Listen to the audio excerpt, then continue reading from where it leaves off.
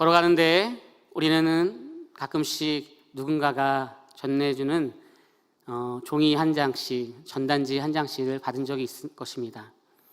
특별한 광고라고 한다면 그것을 쉽게 버리거나 아니면 가져가지요, 집에. 그런데 그 가운데 중요한 내용들이 있다라고 한다면 또 그것을 보면서 또 어떤 힘든 사람의 마음이 담아있다라고 한다면 그것을 조금 더 눈여겨보긴 하지만 이내 그것에 우리의 시간을 쓰거나 또 우리의 멈춰서서 그것을 어떻게 해결할까라고 고민하지는 않는 것 같습니다. 저 역시도 마찬가지고요. 미국에서 있었던 일인데요. 걸어가는데 누군가가 자기의 딸을 잃어버렸다라고 하면서 이렇게 전단지 한 장을 노숙자에게 줬습니다. 사진을 보면 잘 나오는데 이 노숙자가 그 전단지 한 장을 보면서 어린아이의 얼굴을 익혔습니다. 그리고 한 6시간 정도 그 지역을 배회하면서 또 혹시 이 근처에 그 어린아이가 있지 않은가 살펴보고 또 시간이 돼서 다시 한번 또 그 아이의 얼굴을 보는 그런 시간들로 이제 한 공원에 있었는데요. 이것은 실제로 몰래카메라 실험 영상처럼 미국에서 찍은 영상이었고 이 노숙자가 그렇게 한 반나절 늦은 시간까지 근 11시까지 그 아이를 찾고자 노력했던 것을 많은 사람들이 이제 방송을 통하여서 보게 되면서 그 방송이 수백만의 뷰가 이렇게 몇 시간 만에 많은 사람들의 마음을 울리고 또 도전을 줬던 것으로 방송된 적이 있습니다. 나중에 이제 그 사람이 와서 노숙인에게 사실 이것은 실험 영상이었습니다. 너무나 죄송했습니다라고 하면서 $200를 드렸는데 이것 때문에 한 것이 아닙니다라고 얘기하면서 서로 울고 또 이 시간 가운데 그래도 이것이 실제적인 일이 아니어서 고맙다, 감사하다라고 하면서 그렇게 훈훈한 모습까지 보여줘서 미국의 전역에 많은 일에 감동을 일으켰던 일이 있습니다. 오늘 이것처럼 우리가 살아오면서 무엇인가를 잃어버렸는데 그렇게 중요하지 않으면 괜찮겠지만 굉장히 중요한 것을 잃어버릴 때는 이것을 어떻게 해야 되는가라고 생각할 때가 있고요. 그때 도와주는 사람을 평생 우리는 잊지 못한다라고 하는 말들도 제가 많이 들은 적이 있습니다.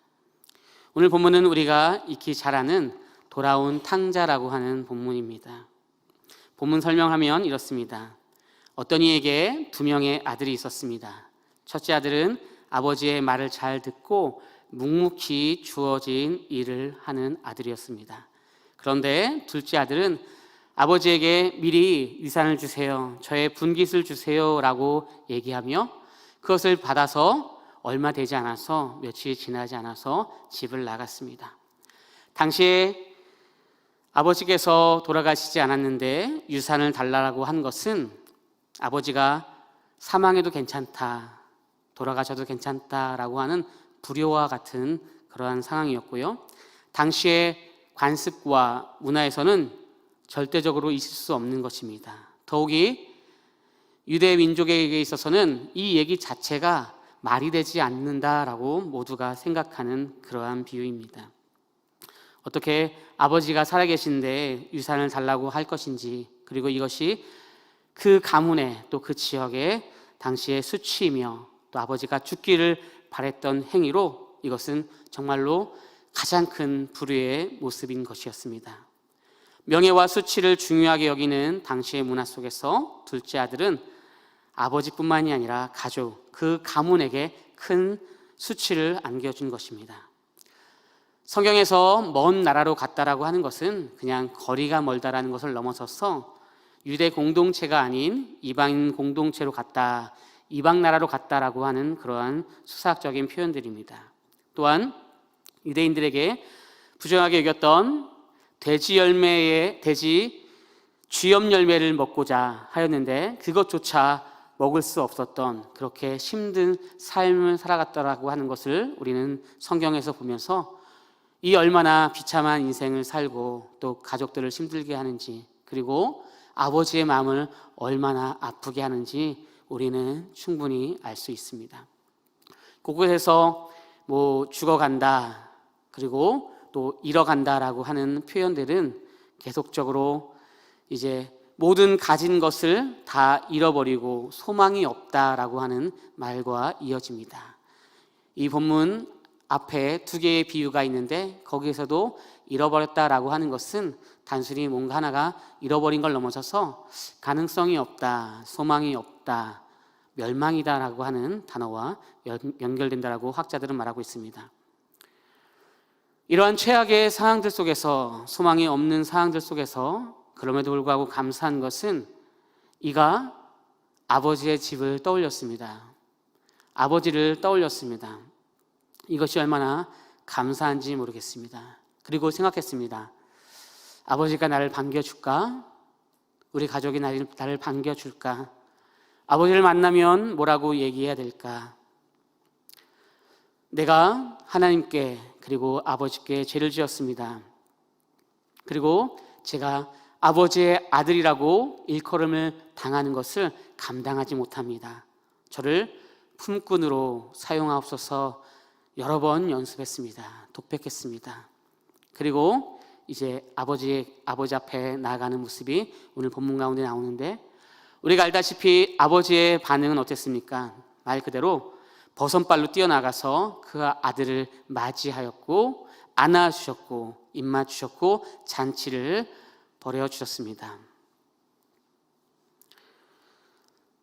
이 비유와 동일한 것에 대해서 사실은 앞에도 두 가지의 사건, 잃어버렸다가 찾는 사건이 나오는데요.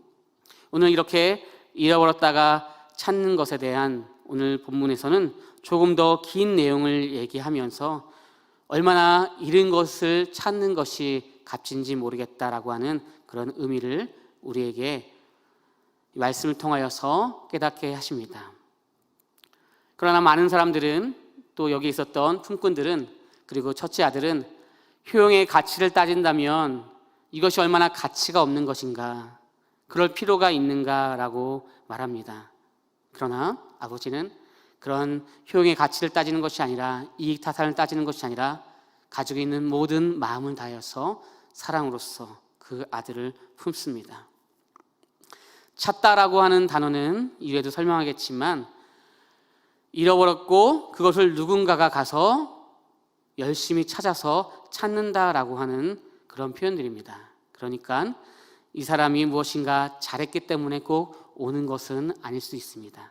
그러기에 탕자의 비유라고 하지만 사실 이 비유 속에서 우리는 아버지에 대한 생각들, 아버지에 대한 마음을 많이 더 알 수 있죠.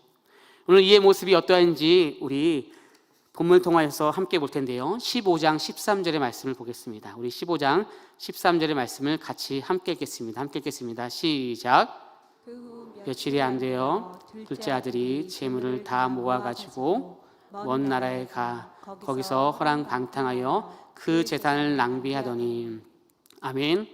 이렇게 허랑방탕한 아버지의 돈을 가지고서 자기 것이라고 우기고, 그리고 이방 나라 가서 열심히 일을 하다가 그것을 없게 만든 것이 아니라, 사업이 잘 안 된 것이 아니라 허랑방탕하게 생활하면서 재산을 낭비하였습니다.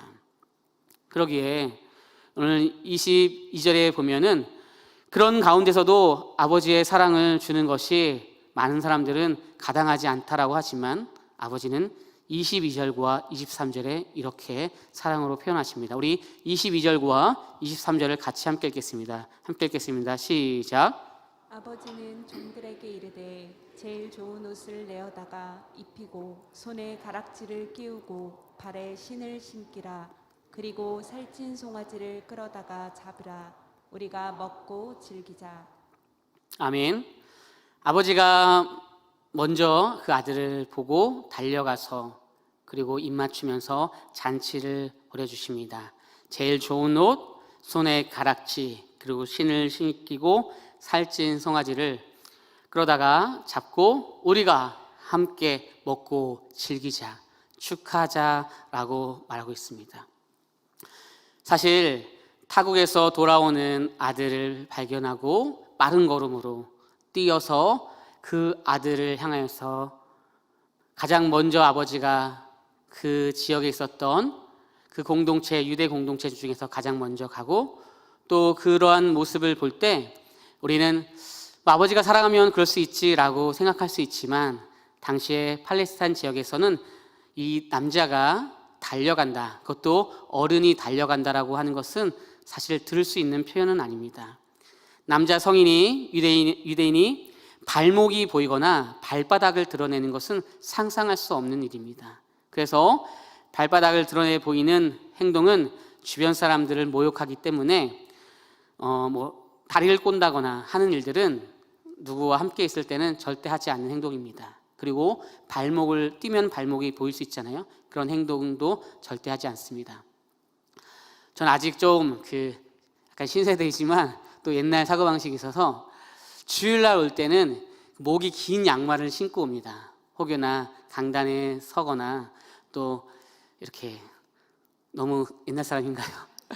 아직도 이렇게 그냥 보통 때는 괜찮지만 이제 신방을 가거나 아니면 이렇게 교회 주일날 올 때는 이렇게 발목이 보이면 굉장히 불건강한 건 아닌데 굉장히 어색하고 그런 부분들이 있더라고요. 아마도 이들은 더 그랬겠죠. 우리 양반들이 그랬던 것들처럼. 그런데 이 아들을 향해서 그렇게 달려가는 모습들, 이것은 그러한 때로는 창피와 수모 앞에서도 그 아들을 향한 사랑을 보여주고, 그것이 얼마나 깊은지를 우리를 통해서 알게 하는 내용들입니다. 이 본문은 사실, 그런데 이 본문만 있는 것이 아니라 앞에 있는 본문과 연결해서 살펴봐야 조금 더 정확한 해석을 할 수 있는 것 같습니다. 왜냐하면 11절의 말씀이 이 본문이 연결된다는 것을 알 수 있게 합니다. 15장 11절의 말씀입니다. 제가 읽겠습니다. 또 이르시되 어떤 사람에게 두 아들이 있는데, 그러니까 또 이르시되 앞에 있는 내용과 연결해서 또 이러한 내용들이 있다라고 설명하는 것입니다. 그러니까 앞에 있는 내용과 연결해서 볼 때 이 아들에 대해서 우리가 발견해야 되는, 꼭 가져야 되는 메시지가 무엇인가라고 우리가 살펴볼 때, 먼저 앞에 있는 내용을 잠시 한번 보면요, 잃은 양에 대해서 보도록 하겠습니다.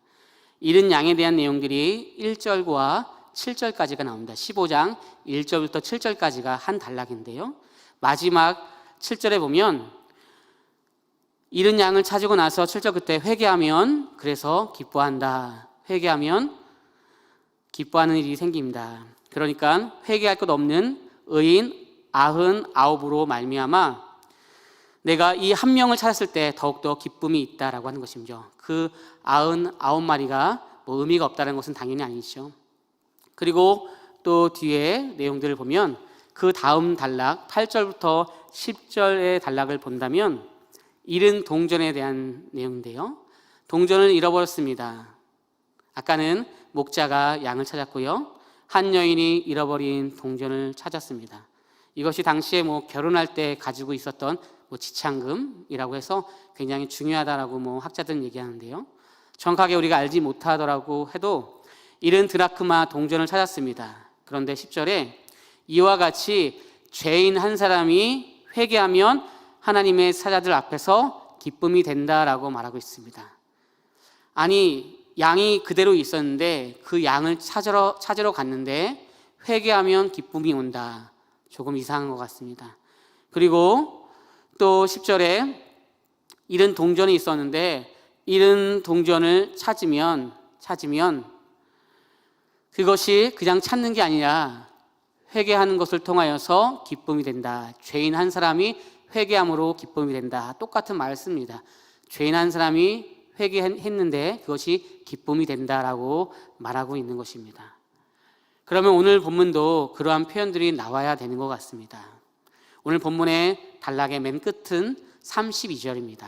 32절의 말씀을 보니까 이 동생이 죽었다가 살아났는데 내가 이것을 통하여서 우리가 즐거워하고 기뻐한다라고 말하고 있습니다. 그러면 앞에 회개하였고 기뻐했다, 죄인이 회개하였고 기뻐했다, 죄인이 회개하였고 기뻐했다, 그럼 여기도 회개하였고 기뻐했다라고 하는 표현이 나오면 자연스러울 것 같습니다. 그런데 회개했다 이런 표현들로 나오진 않지만 이런 표현들을 알 수 있는 내용들이 이 단락의 시작에 17절에 나옵니다. 우리 17절의 말씀을 같이 한 목소리로 함께 읽도록 하겠습니다. 15장 17절의 말씀입니다. 시작. 이에 스스로 돌이켜 이르되 내 아버지에게는 양식이 풍족한 품꾼이 얼마나 많은가. 나는 여기서 주려 죽는구나. 아멘. 스스로 돌이켰다라고 하는 이 표현들은 회개했다, 뉘우쳤다, 그리고 돌아갔다라고 하는 단어와 연결됩니다. 그러니까 이 아들이 어느 날 이제 나에겐 소망이 없구나, 나의 삶을 끝내야지라고 하는 것이 아니라 나에게 아버지가 있었지, 그래 아버지를 향해서 나아가야지라고 생각했습니다. 그리고 그는 아버지 앞에 가기 전에 계속적으로 스스로 연습하고 또 연습하고 또 연습했습니다. 15장 18절과 19절의 내용을 보면 그 내용이 잘 있는데요.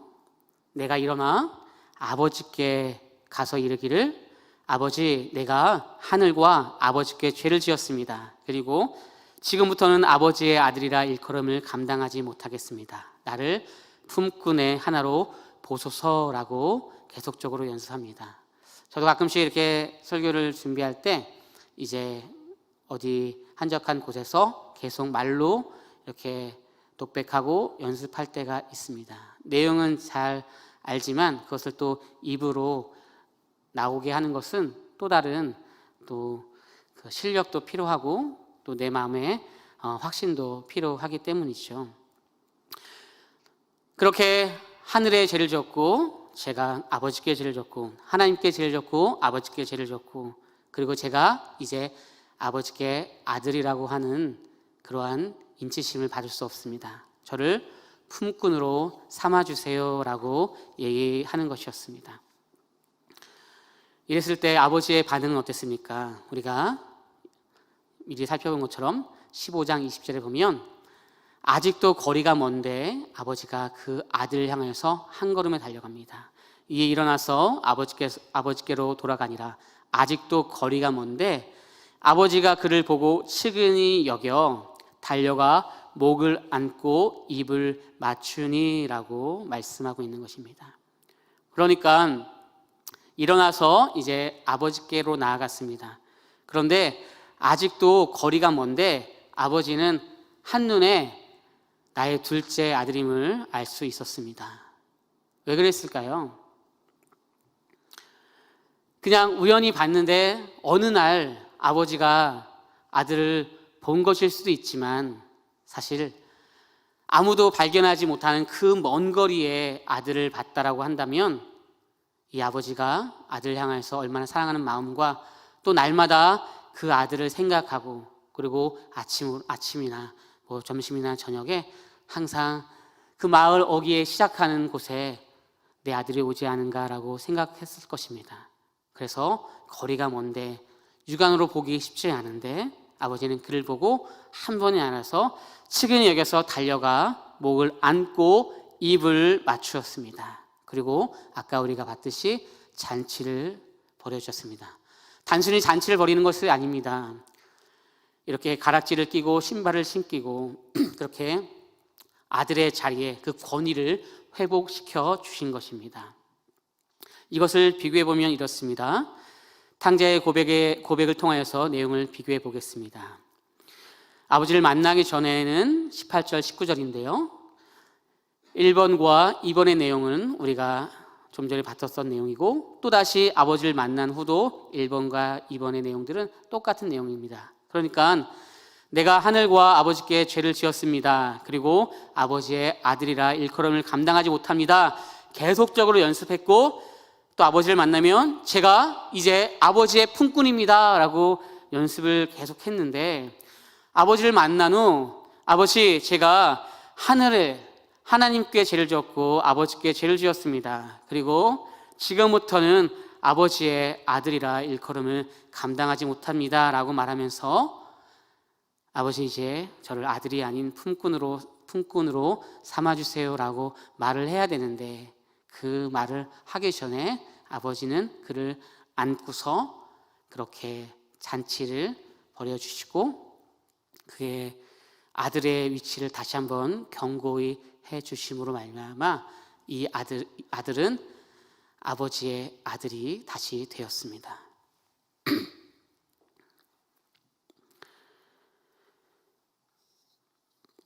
얼마 전에 신방을 하면서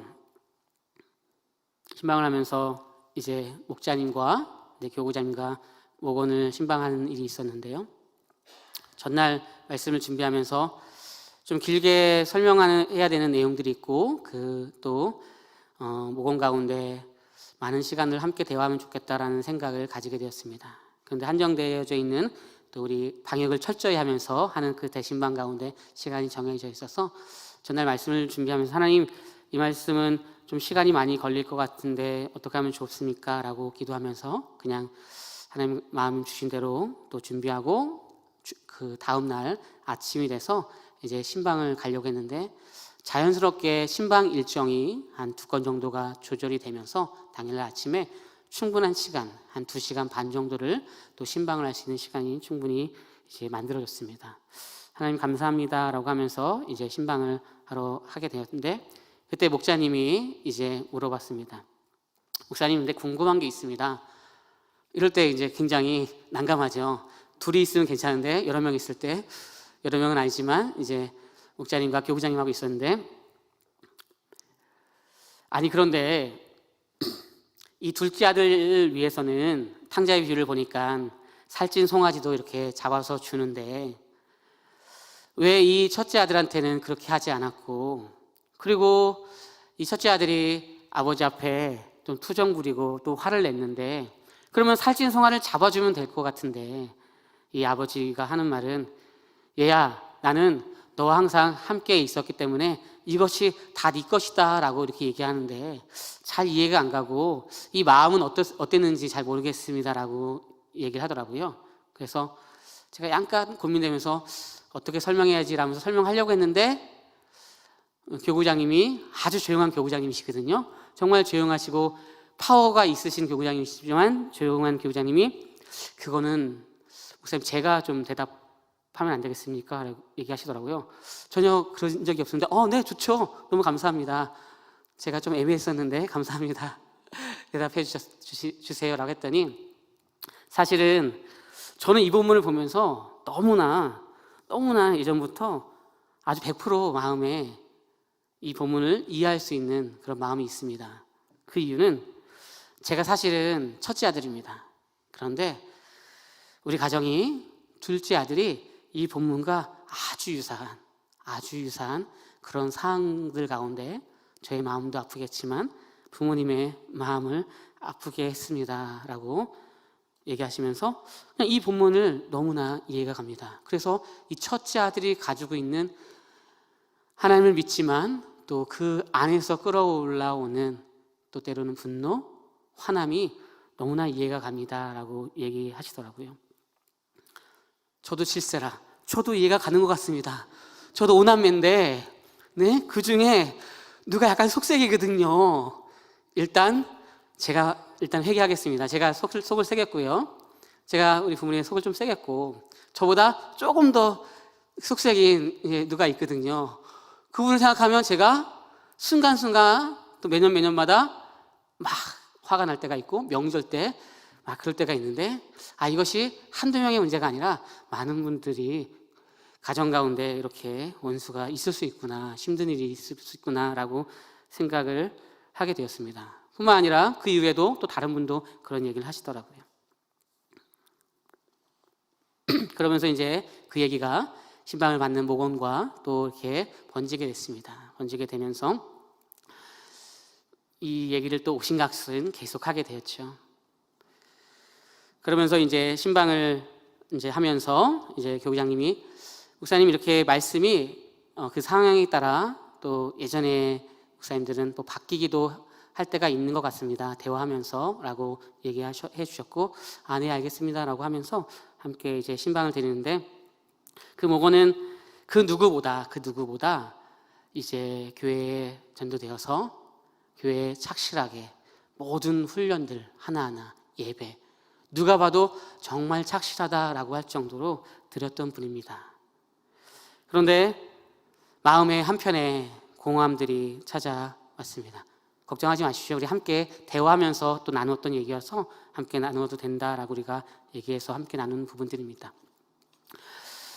그것은 공허함들이 찾아와서 어느 날 나이가 한참 되었을 때 누군가가 열방교회로 인도하였고, 열방교회 오고 또 신앙생활을 하면 내가 정말로 나의 인생이 변하고 하나님 앞에 온전히 붙들림 받아서 나의 모든 마음들이 꽉 찬다라고 여겼고, 그래서 지금까지의 모든 훈련들을 하나하나 밟아오면서 때로는 어떤 훈련들은 2번도 받았고, 정말로 FM이라고 하는 어떠한 훈련들 하나하나를 다 최선을 다해서 했고, 그리고 누구보다 예배도, 그리고 목장 예배도 때로는 목자와 단 둘이서 1년, 2년 한 번도 빠짐없이 드렸던 분임을 알기에 그분이 많은 고민들과 함께하는 시간들을 그 이틀 전날에 이제 고민하면서 기도하면서 말씀을 준비하는 가운데 만남에 어떤 얘기를 할까라는 생각을 많이 하게 됐습니다. 남은 관문은 무엇일까요? 이제 DTS가 남았습니다. DTS를 하면 되지만 사실 DTS를 할 때의 마음이 DTS가 좋고 나쁘고를 떠나서서 그런 것이 아니라 이런 훈련들을 하나하나 오면서 이렇게 되면 무엇인가 꽉 찬 나의 마음으로 인하여서 걱정이 없거나 평안함 가운데 나갈 것 같은, 모든 것을 다 잡은 것 같은 마음으로 살아갈 것 같은데 또다시 오는 어려움들, 공허함들이 있다라고 하는 얘기들 가운데 우리 말씀을 나누죠 라고 하면서 오늘 15장 31절의 말씀을 같이 나누었습니다. 15장 31절의 말씀을 볼까요? 15장 31절입니다. 함께 읽겠습니다. 시작. 아버지가 이르되 예 너는 항상 나와 함께 있으니 내 것이 다 내 것이로되. 아멘. 이 말씀은 목자님이 질문했던 말씀이고요, 교구장님이 함께 대화했던 말씀이고요, 목원이 함께 질문했었던 말씀이고요. 그래서 이 말씀을 받습니다. 그래서 이 말씀은 또 이 상황 가운데 필요한 말씀이겠구나 하면서 대화를 하였지만 사실 그 말씀은 액자를 꺼냈고 그 전날 하나님께서 주셨던 단 한 줄의 말씀, 15장 31절의 말씀이었거든요. 얘야 너는 항상 나와 함께 있으니 내 것이 다 네 것이로되 라고 하는 말씀입니다. 무엇을 통하여서 큰 신비한 것들, 그러한 이상적인 것을 설명하려고 하는 것이 아니고요, 아주 작게 우리에게 찾아오지만 항상 우리와 함께 하심으로 말미암아 항상 우리에게 말씀하시고 우리를 사랑하시는 주님이시죠. 그래서 그 말씀을 함께 보면서 함께 이 내용을 나눴습니다. 예수를 믿고 나서 누구보다 규칙이나 규정이나 또 예배함에 있어서, 목장 예배에 있어서, 훈련에 있어서 한 번도 부족함 없이 갖고 항상 주님 앞에 모든 예배, 예수를 믿고 나서 수요 예배, 주일 오후 예배, 새벽 예배도 그렇게 열심히 했지만 뜨거운 마음이 올라가다가도 또 내 마음 가운데 있는 그런 어려움으로 사실 더 이상 어떤 훈련을 하는 것들이 어렵습니다. 그뿐 아니라 내가 만약에 이 훈련을 받고 나서 혹여나 이것으로 인해서 내 마음이 꽉 차지 않으면 내가 더 이상 신앙생활을 해야 되는가까지 생각이 듭니다라는 고민 가운데 있습니다. 어떤 것을 하면 우리 완벽해질까요? 확신반을 3번 하면요, 성장반을 하면요, 제자반을 하면요, 복음학교가 좋습니까? 우리 제자반이 좋습니까? DTS가 좋습니까? 성경대학이 좋습니까? 내가 경험한 것들이 더욱더 빛나고 값진 것일 수 있겠죠. 그것을 통하여서 우리가 하나님을 만나고 깊게 들어갈 수 있습니다. 중요한 것이죠. 그러나 그것과 함께 우리가 꼭 기억해야 될 것은 우리는 이미 승리라는 것을 받아놓고 은혜라는 것을 받아놓고 우리는 훈련에 들어가야 된다는 것입니다. 그런 마음들로, 이미 준비한 마음들로 하나님 내가 주님 앞에 나아갑니다라는 마음으로 이미 승리라는 것을 가지고서, 주의 은혜라는 것을 가지고서 우리가 모든 예배 드릴 때, 훈련에 동참할 때 하나님께서 더 큰 은혜들로 우리의 삶을 인도해 줄 줄 믿습니다. 제가 있었던 부대가 이겨놓고 싸우는 부대인데요, 굉장히 유치했습니다. 뭘 이겨놓고 싸울까, 표가. 그런데 우리 신앙인이 그런 것 같아요. 내가 이거 하면, 하나님이 이거 하면 하나님께서 나에게 이런 응답을 주실 것이죠. 하나님 이거 하면 하나님 이것에 대한 큰 축복을 주실 것이죠. 결단하면서 때로는 하나님 앞에 도전하면서 그렇게 나아갈 때가 있고 그렇게 해야 되는 것들도 맞습니다. 그것과 함께 꼭 기억해야 될 것은 이거 하면 무엇인가 주는 것을 넘어서서 이미 우리와 함께 계신 그 주님과 동행하면서 하나님 내가 그 가운데 주님 앞에 나아갑니다라고 할 때 또다시 주는 큰 은혜가 있는 것이죠. 사도 바울은 말합니다. 내가 어제까지 잡은 것 같은데 오늘 아침에 일어났더니 나의 모습이 어떠한가 라고 사도 바울은 빌립보서 3장 10절에서 12절까지 말하는데요. 12절에 3장 빌립보서 3장 12절에 이렇게 말하고 있습니다. 내가 이미 얻었다 함도 아니요 온전히 이루었다 함도 아니라 오직 내가 그리스도 예수께 잡힌 바 된 그것을 잡으려고 달려가노라. 아멘. 사도 바울도 율법으로 흠이 없던 이 사도 바울도 모든 것에 있어서 지식적으로도 학적으로도 흠이 없던 이도 내가 어저께까지도 모든 것을 다 알았고 많은 이들을 전도하였고 성령의 은혜가 나타났음에도 불구하고 오늘 아침에 일어나서 하나님 내가 이 모든 것을 잡은 것 같지 않습니다. 아니 없는 것 같습니다. 내가 온전히 잡았다라고 생각하는 것이 아니라 주님이 있는 그곳을 향하여서 제가 한 발 한 발 뚜벅뚜벅 걸어가겠습니다라고 하며 이가 꼭 기억할 것은 단 하나로 10절과 11절에 내가 예수 그리스도의 고난과 부활만 기억하겠습니다. 내가 십자가와 부활만 기억하겠습니다. 내가 그 은혜 가운데 모든 것을 다 잡은 것들처럼 내가 여기는 것이 아니라 온전히 주님께서 주시지 아니한다면 전 아무것도 없습니다라는 마음으로 가겠습니다. 그리하여서 표대를 향해서 내가 나아갑니다라고 고백했던 것을 우리는 압니다. 이것은 예수를 믿고 몇 년 생활을 한 이들의 고민들이 아니라 10년, 20년, 아니 30년 모태신앙의 사람들이 항상 하는 고민이 있죠. 하나님께서 주셨던 그 은혜가 여전히 제 안에 있는 건 알지만 제가 주님 앞에 한 걸음 한 걸음 나아가는 것이 굉장히 버겁습니다. 어렵습니다. 저 스스로가 종교인인 것들처럼 주일날 출석하고 나오고 하는 모습들 가운데 누군가가 나에게 도전의 메시지를 주면 어떻게 해야 되는가 고민하는 것 자체가 사실 우리에게는 익숙하지 않고 다 알기 때문에 우리는 스스로를 그 벽을 넘어가지 못하는 일들로 있죠. 취하고 이루기 위하여서 달려가는 것인데 그가 다 아는 것도 하나님 입장에서는 아주 미세한 부분들이겠죠. 그러나 그런 마음을 다해서 주님 앞에 나아갑니다. 그러면 이 본문을 시작하면서 이 본문은 어떤 사람들이 듣고 있는가 궁금해졌습니다.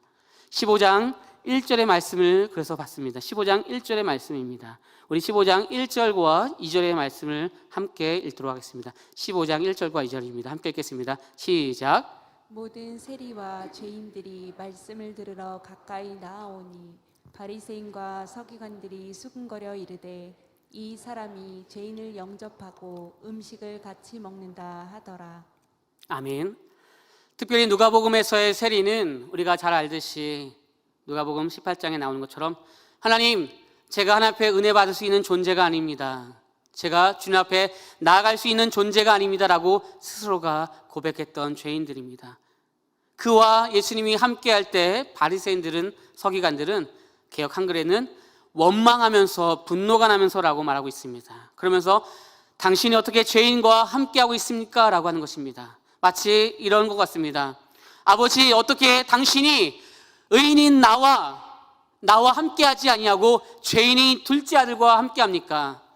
내가 이전부터 아버지께서 그 살찐 송아지를 아주 귀하게 여기는 걸 봤습니다. 그래서 이 살찐 송아지는 무엇을 할까 궁금했는데 오늘 본문에서 살찐 송아지 여러 번 나옵니다. 자세히 봤더니 이 살찐 송아지를 가지고서 오늘 둘째 아들에게 주었습니다. 그 둘째 아들이 무엇을 잘했습니까? 아버지, 저는요 아버지를 향하여서 열흘 동안 정말로 흠이 없게 아버지를 섬겼습니다.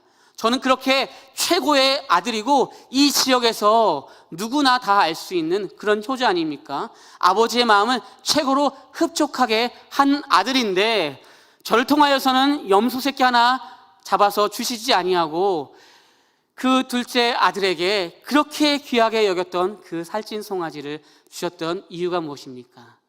제가 용납할 수 없습니다라고 하는 첫째 아들의 마음입니다.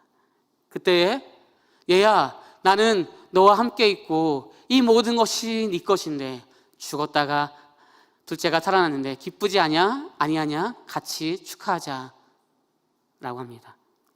우리는 기뻐야 되겠죠. 왜냐하면 우리는 아버지와 함께 하니까요. 얘야, 내가 너와 함께 하는데 내 것이 다 네 것이야 라고 얘기하면 우리는 기뻐야 됩니다. 행복하시죠? 할렐루야. 네, 오늘 행복해서 우리 이따 기도할 때 환희의 기쁨이 나야 되는데, 그러한 기도가 돼야 되는데, 어느덧 우리에게 있어서는 무엇인가 내가 잡혀지지 아니한다면, 눈에 보이는 무엇인가 이루어지지 않는다면 우리에게 있어서의 주님과 함께하는 시간들은 굉장히 때로는 힘들고 어려울 때가 있습니다. 그것은 누구 한 명의 고백이 아니라 우리 모두의 고백과 질문이죠. 일어나 아버지를 향하여서 바라보는 그 표현들 자체가 그가 할 수 있는 최선의 회개였고, 그것이 온전히 하나님 앞에 모든 것을 토설하지는 못하여도 하나님은 그 사랑 가운데 그를 안는 것입니다. 어떻게 해요? 우리 20절의 말씀을 보면서 말씀을 정리하도록 하겠습니다. 15장 20절의 말씀입니다. 우리 15장 20절의 말씀을 같이 읽겠습니다. 함께 읽겠습니다. 시작. 이에 일어나서 아버지께로 돌아가니라. 아직도 거리가 먼데 아버지가 그를 보고 측은히 여겨 달려가 목을 안고 입을 맞추니. 아멘. 아버지가 매일같이 한 곳만 바라봤던 것 같아요. 그래서 아직도 거리가 먼데 저기 끝에서 어떤 사람의 실루엣이 보이는데 아들인 걸 아나 봐요. 그래서 거리가 먼데 달려가서 그를 측은히 여기서 달려가서 앉습니다. 왜 그럴까요? 많은 이유가 있겠지만 사실은 구약에서 이러한 불효한, 이렇게 아버지를 향하여서 불효막심한 이 아들이 다시 왔을 때 이는 살 수 있는 그런 기회 자체가 없습니다. 구약에서는 어떻게 죽습니까? 돌로 내려 찍어서 죽입니다. 그렇기 때문에 이는 와서 죽을 수밖에 없는 존재이죠.